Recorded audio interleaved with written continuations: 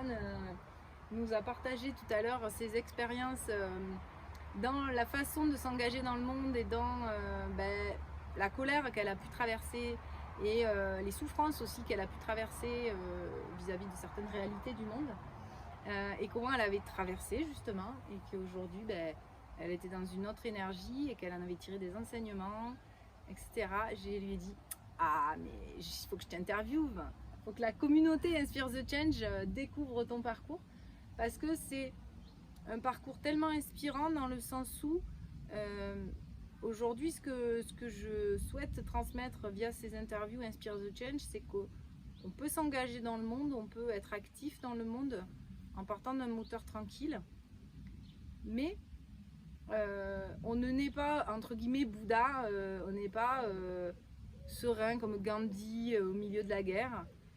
On ne naît pas comme ça et on traverse des choses.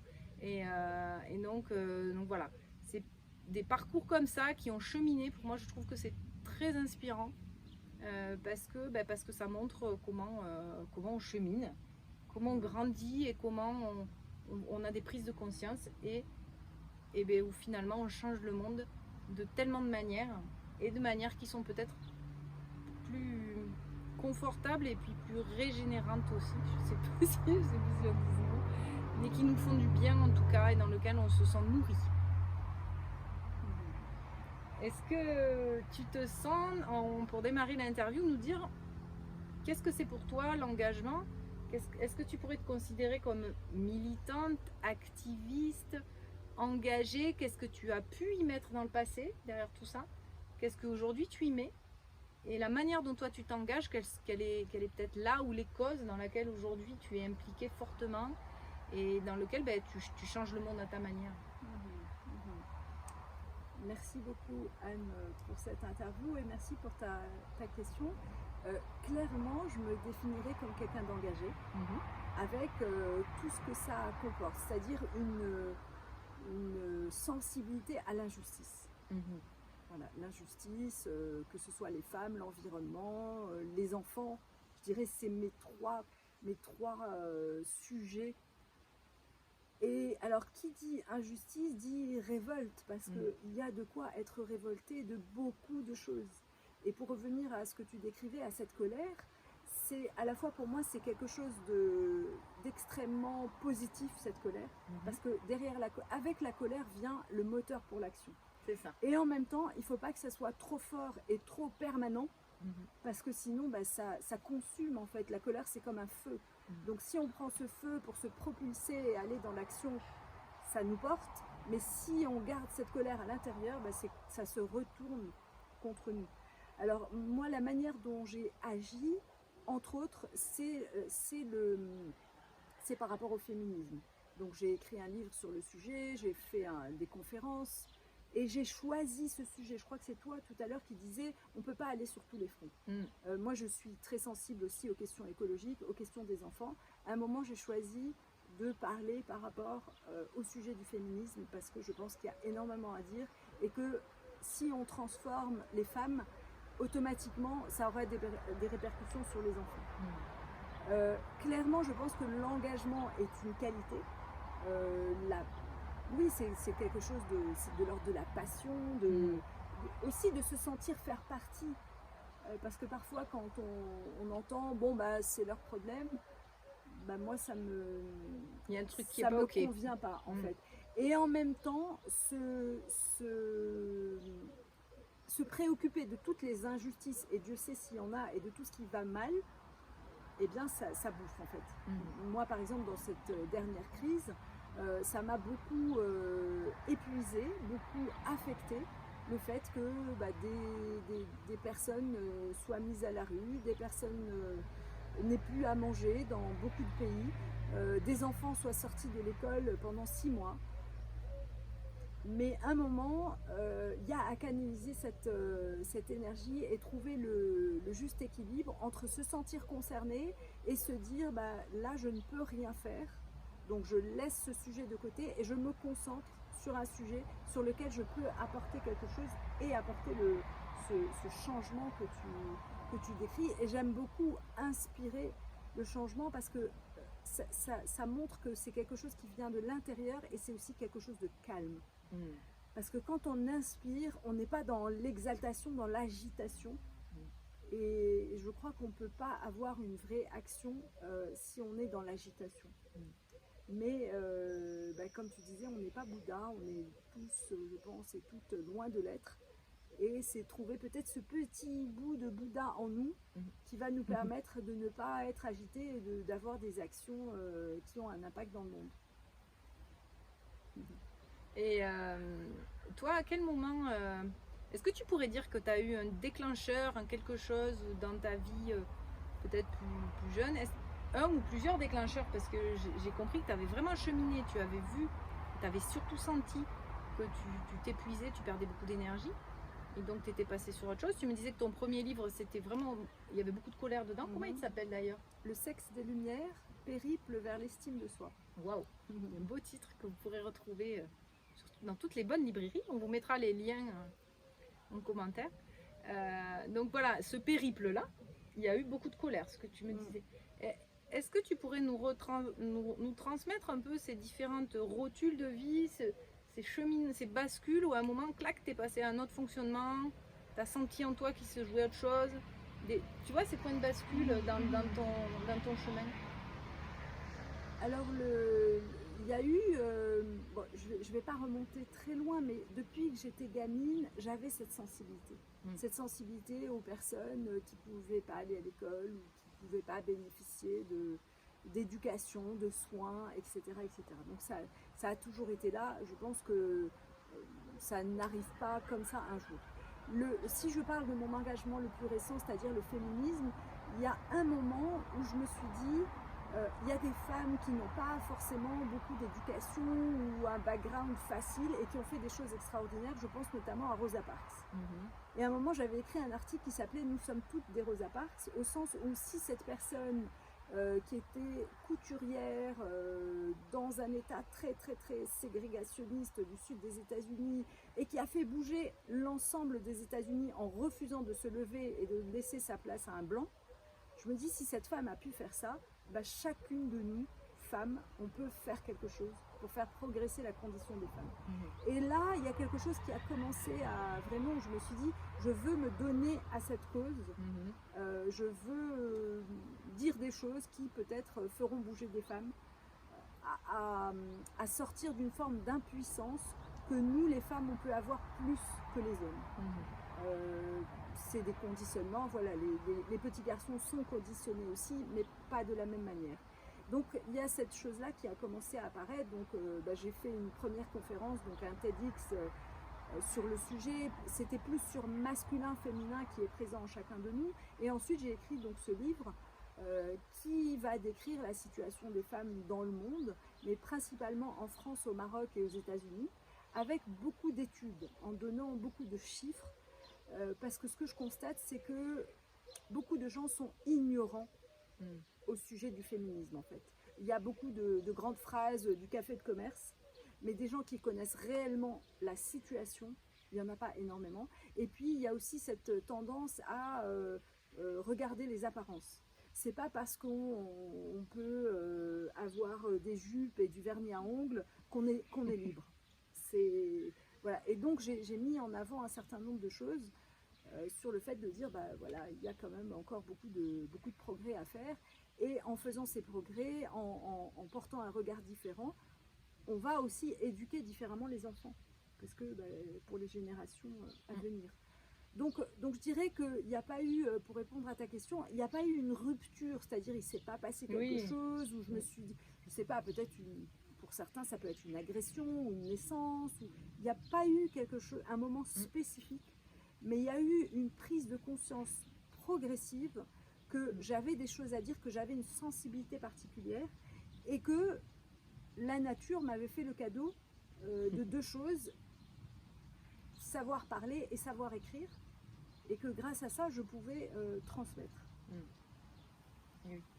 Des fois les ruptures elles sont douces aussi, c'est-à-dire qu'elles se passent souvent j'aime bien la métaphore de la graine qui est, on en parlait tout à l'heure, on sème des graines et puis on oublie certaines, d'autres on tire dessus comme des forcenés pour qu'elles sortent de terre alors qu'on ne leur laisse pas le temps. Et tout d'un coup on voit une fleur sortir qu'on avait oubliée, on avait oublié qu'on avait mis la graine.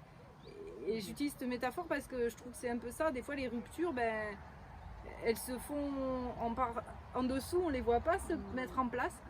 Et voilà, donc c'est vrai que le mot rupture peut paraître aussi un peu fort et souvent connoté comme brutal, mais des fois il y a des ruptures douces.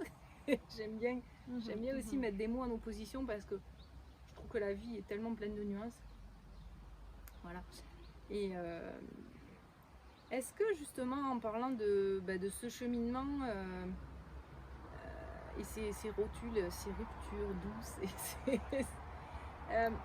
toi j'imagine que dans ton engagement tu parles d'injustice, l'injustice qui est donc quelque chose qui te meut, qui est une valeur qui est très importante pour toi. J'imagine que quand tu sens cette injustice qui est criante, soit que tu la vois dans les médias, soit qu'elle est face à toi, et que tu as un coup de mou, peut-être que le matin ça t'arrive aussi de te réveiller, de te dire à quoi bon finalement tout ça, où va le monde, la tâche est immense, etc. Qu'est-ce que tu as développé au fil des années comme ressources pour pas se remettre en selle et oublier, mais se dire voilà, je vais faire ma part et ok, mais voilà, comment tu continues à avancer malgré ces coups de mou, malgré des fois cette valeur d'injustice qui te fait peut-être souffrir. Quelles sont toi tes ressources? Alors, je reviens juste sur la question précédente. Oui, avec plaisir. Parce qu'en fait, il n'y a pas eu de rupture. En même temps, j'avance en âge. Alors, je ne vais pas dire mon âge, mais je vais juste montrer mes cheveux blancs. Et il y a cette conscience de la finitude, que voilà, demain, c'est fini. Et donc, qu'est-ce que tu veux faire entre maintenant et demain, sachant que tu as déjà consommé une partie du crédit qui est alloué. Game over. Voilà, et donc il y a quelque chose quand même de l'ordre de l'urgence, de dire mais si je suis venue sur Terre pour dire quelque chose, pour faire quelque chose, eh bien il ne s'agirait pas de traîner encore 20 ans avant de le faire. Voilà, donc il y a eu vraiment cette urgence. Après, par rapport à ta question qui est fondamentale. Moi, par exemple, pendant le confinement, c'est vrai que j'ai vécu des moments où je me suis dit, mais on va jamais y arriver. Des gros moments de découragement. Où je me dis, mais la tâche est tellement immense. C'est infaisable. Et en fait, je dirais, pour moi, il y a deux choses. D'abord, la première chose, c'est de l'accepter. En fait, on va passer par des moments de découragement. C'est la vie. Parce que clairement, il y a des choses difficiles qui se passent dans le monde pour les êtres humains. C'est la vie, et puis, mais l'accepter, voilà, le vivre aussi cette tristesse, cette impuissance de, il y a plein de choses pour lesquelles je ne peux rien. Je ne peux rien à la fin dans le monde, je ne peux rien. Et quand on a vraiment laissé ça passer, on se relève avec, ok, je ne peux rien pour la fin dans le monde, mais peut-être que je peux faire une action pour mon voisin, par exemple. Voilà, mon voisin ou je sais pas. Ou la ville d'où je viens. C'est ça, ou le secours catholique d'à côté là qui organise quelque chose pour les enfants. Est-ce que je peux aller faire quelque chose? Et donc c'est d'être peut-être de rapetisser cette échelle. Je ne peux pas, je ne peux rien pour la fin dans le monde, mais je peux peut-être quelque chose pour le SDF qui est pas loin de chez moi. Et ça m'a aidé. Découper quelque part un objectif, parce que quelque part ça serait un objectif, en opération atteignable, faisable là, c'est ça. Suite, quoi. Qu'est-ce que je peux faire? Donc ça c'est le premier point. Le deuxième point, qui m'a été inspiré par une personne, on parlait d'estime de soi. Et elle me disait, dans l'estime de soi, il y a l'estimation. Et elle me disait, Issane, est-ce que tu estimes à sa juste valeur ce que tu fais? Quand tu donnes 1 heure à quelqu'un, est-ce que tu as l'impression que tu as donné 1 heure à quelqu'un ou est-ce que tu as l'impression que tu lui as donné 1 minute? Et souvent, on donne des choses, on fait des choses mais on les calcule pas en fait. On n'en tient pas compte. Et ça, je pense qu'on est tous beaucoup plus généreux et investis qu'on le croit. Parce que comme on a cette tendance à minimiser nos actions, parfois on peut même se dire ouais mais regarde ça va mal, toi tu fais rien, tu es dans ton petit confort. C'est pas vrai en fait. La plupart des gens, les vrais égoïstes, il y en a peu en fait. La plupart des gens sont généreux, ont envie de donner, font plein de choses. Mais on ne se reconnaît pas à notre juste valeur de notre... On ne reconnaît pas notre contribution. Donc déjà, est-ce qu'on peut se poser et reconnaître notre contribution? Ça fait aussi du bien. Et puis, un troisième point, ça pourrait être le verre à moitié plein. Mais volontairement. Parce que le verre à moitié vide, on peut le regarder et clairement, il y a de quoi déprimer ou même tomber en dépression profonde. Et à un moment, ça peut être un choix de dire ok, il y a plein de trucs qui vont mal, mais je vais essayer de me concentrer sur ce verre à moitié plein. Voilà.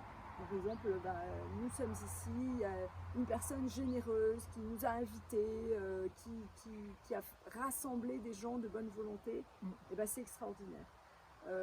Se dire j'ai fait telle chose, aujourd'hui j'ai parlé avec une personne, grâce à cet échange, elle a pu dépasser un blocage qu'elle avait. Et génial, voilà, ça fait une personne de moins qui a... et peut-être d'être pas moins ambitieuse, mais moins... si c'est pas un truc énorme, ça n'a pas de valeur. Donc le verre à moitié plein, il y a plein de gens autour de nous...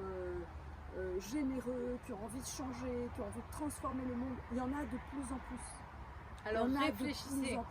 J'aimerais bien que vous réfléchissiez, ça serait un défi, moi j'utiliserais par rapport à ce que tu dis. Essayez de réfléchir, de vous poser, d'écrire votre verre à moitié plein dans votre contribution. Parce que souvent, je dis souvent aussi que c'est bien de regarder dans le rétroviseur, pas pour aller remuer le passé douloureux forcément, justement pour se dire mais punaise, j'ai fait du chemin en fait. Souvent c'est aussi ça, se dire j'ai fait du chemin et aussi effectivement j'ai fait tout ça ou je fais actuellement et effectivement essayer d'aller regarder en arrière et actuellement ce qu'aujourd'hui vous faites et finalement que effectivement on contribue. Je trouve que c'est un bel exercice à proposer à la communauté. C'est ça. Et souvent, quand on regarde le verre à moitié vide, on a l'impression d'être seul. En fait, on a l'impression que seuls nous avons des envies, des désirs de transformer le monde. Mais en fait, c'est pas vrai. Des gens qui veulent transformer le monde, il y en a partout. Et parfois, on les voit pas. Et ça serait aussi peut-être un dernier point, c'est d'ouvrir les yeux et de se dire, il y en a beaucoup plus qu'on ne croit, et de les trouver. Et de choisir quelque part aussi. On en parlait tout à l'heure, je te disais, tu me disais c'est vrai que quand tu échanges avec moi, c'est le mot pragmatique qui te venait. Et c'est vrai que souvent je me dis, on n'a qu'une vie ou plusieurs, mais en tout cas on ne s'en souvient pas. Et aussi on n'a que 24 heures dans une journée et pas encore une énergie illimitée. Et du coup moi je choisis de passer mon temps avec des gens avec qui je peux construire et co-construire des choses chouettes pour des projets qui me font du bien, qui me font vibrer et que je sens utile. Et du coup je choisis quelque part mes relations. Ça ne veut pas dire que j'oublie le reste du monde et que je me cache les yeux ou tout ça. Ils existent, ils sont là, mais mine de rien, est-ce que ça aide le monde que d'aller dans des contextes qui ne sont pas porteurs? Mon expérience me dit que non. Et tu vois, aujourd'hui, voilà, on est plein de gens, comme tu dis, de bonne volonté. Et quelque part, passer du temps avec des gens avec qui on peut imaginer co-construire des choses super pour nous et pour le monde, je trouve que c'est... quelque part, c'est bien utiliser son temps, on va dire. Et quelque part, c'est s'engager aussi, mine de rien. Absolument, absolument. Parce que finalement, toi et moi, on pourrait être derrière notre clavier à écrire des choses sur les réseaux, à pester contre tout ce qui se passe, et Dieu sait s'il y a des raisons de le faire. Mais est-ce que ça aide? Voilà. Alors qu'en venant ici, en échangeant, en discutant, peut-être qu'on va aider des personnes qui se disent « Ouh là là, la situation est grave, etc. » Donc voilà, oui, vraiment, je reviens sur ce mot de pragmatisme. Soyons concrets en fait. Qu'est-ce que je peux dire, qu'est-ce que je peux faire qui va m'aider moi d'abord et qui va aider des gens et qui va faire qu'on va être de plus en plus nombreux à vouloir construire ce nouveau monde auquel on aspire toutes et tous, et de transmettre une autre éducation, d'autres valeurs à nos enfants, ça serait extraordinaire. Il y a une question que j'aime poser, que je ne pose pas toujours en fonction des... Et là, j'ai envie de te la poser. Où est-ce que tu trouves la foi? Ah, ça, c'est une très bonne question.